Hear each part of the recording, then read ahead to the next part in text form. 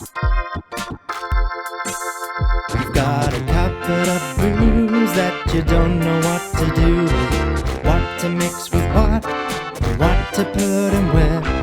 There's no need to fret because there's someone here to help you. He's not just a man, he's an idiot too. The cocktail idiot, yes, it's the cocktail idiot.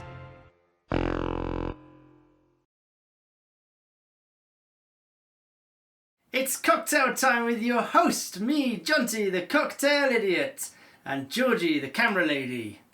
Thank you. That's your job. Yes. Camera lady. Right, today we're going to do the classic cocktail, the Gimlet, which is a classic sour cocktail and one of Georgie's favourites to drink. Yeah. And guzzle down.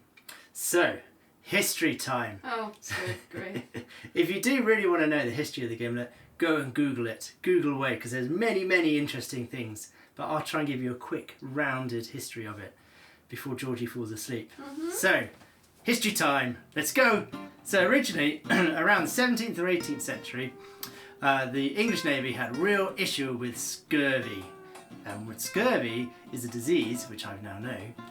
Which Are you joking? You're telling us all what scurvy is? Well, you have a deficiency. We all know You have what a scurvy deficiency is. in vitamin C. And it was discovered that citrus juice helped replenish your... Also want to state, I think everyone knows that as well. Oh, let me do my history. Okay, sorry. Helps you replenish the vitamin C in the sailors. So what they decided to do, this is sort of jumping forward quite a lot, but they started mixing lime juice with their grog. Now grog was a combination of rum and water, but we could go down a whole nother line of rum and navy and grog, so we won't do that now. Maybe another video. I can see Georgie's face looking horrified. Anyway, back to the Gimlet. So it became mandatory for English Navy ships to have lime rations on board, and they used to preserve the lime by mixing it with 15% rum. Until 1867, when a very clever businessman came along by the name of, I'm probably going to butcher his name, but Lachlan Rose. Okay. He was a shipyard owner in Leith. Is it Leith or Leith? Scotland. Oh, well, I'm not actually familiar with that. Oh, okay. Anyway, he discovered that if you use sugar, you could preserve the fruit juices much better than alcohol. And that is where Rose's lime cordial came from. Hey? Wait, clap, clap, clap, clap, clap. Okay then, You haven't finished the yet. Gimlet. You haven't finished yet. No. And Rose's lime cordial, I think, is the first cordial there is, I believe. I'm not 100% sure. Anyway, that then went on to the ships, and then they started mixing that because it's quite a sweet and unpleasant thing to drink. So obviously they mixed it with their alcohol, and well, I think it's more likely because rum was drank by the sort of hands-on deck people, and gin would have probably been drunk by the officers. So the officers would mix gin and Rose's lime cordial together. Okay? Mm-hmm. And originally, it's sort of in 1930, the Savoy cocktail book, it says the original recipe for Gimlet is half Plymouth gin and half Rose's lime cordial.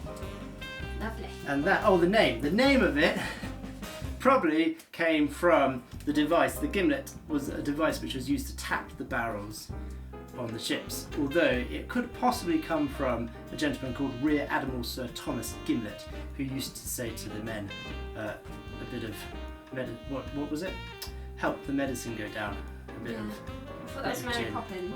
And Mary Poppins, Okay. well-known quoted Mary Poppins.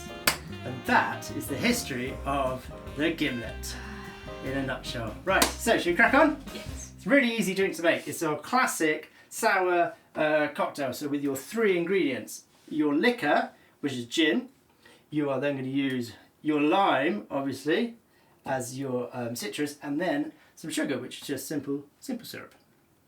Ready to roll? Yeah? So we're going to take 50%, 50 ml, double shot of your gin. I'm using Plymouth to be traditional. If you want to make a traditional Gimlet, then you can use Rose's lime, but as we have fresh lime readily available in all well-plenished supermarkets, then we use our fresh lime. So give your Well, lime a fresh roll. after it's travelled halfway across the world, of course. Yeah, of course. Yeah. Yeah. It's the world we live in. Now, then basically you want half of your, what's that called? Half lime to your liquor, to your gin. So 25 ml of lime. At least you didn't call it a lemon this time. Yeah, I got it right. I like doing ratio wise 2 to 1 to 1. But you can mess around with your sugar if you want. If you want it to be sweeter or less sweeter. Nearly there. In that goes. And then 25 ml of simple syrup.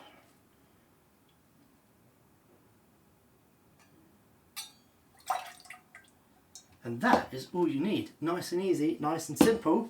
All you're going to do is shake it up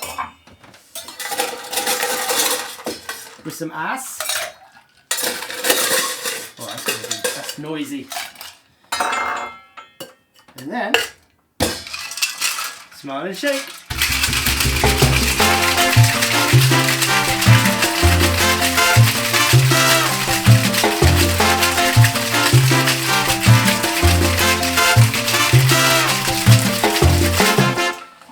What are you looking at? Nothing. You look judgmenty at me. Oh, sorry. Right, so we serve this in, we're going to serve this in a nice little coupe glass. And then you want to double strain it to get rid of all those little shards of ice on top. If you don't do that, they sit on top and then they melt and then you start to dilute the drink more than what you want to.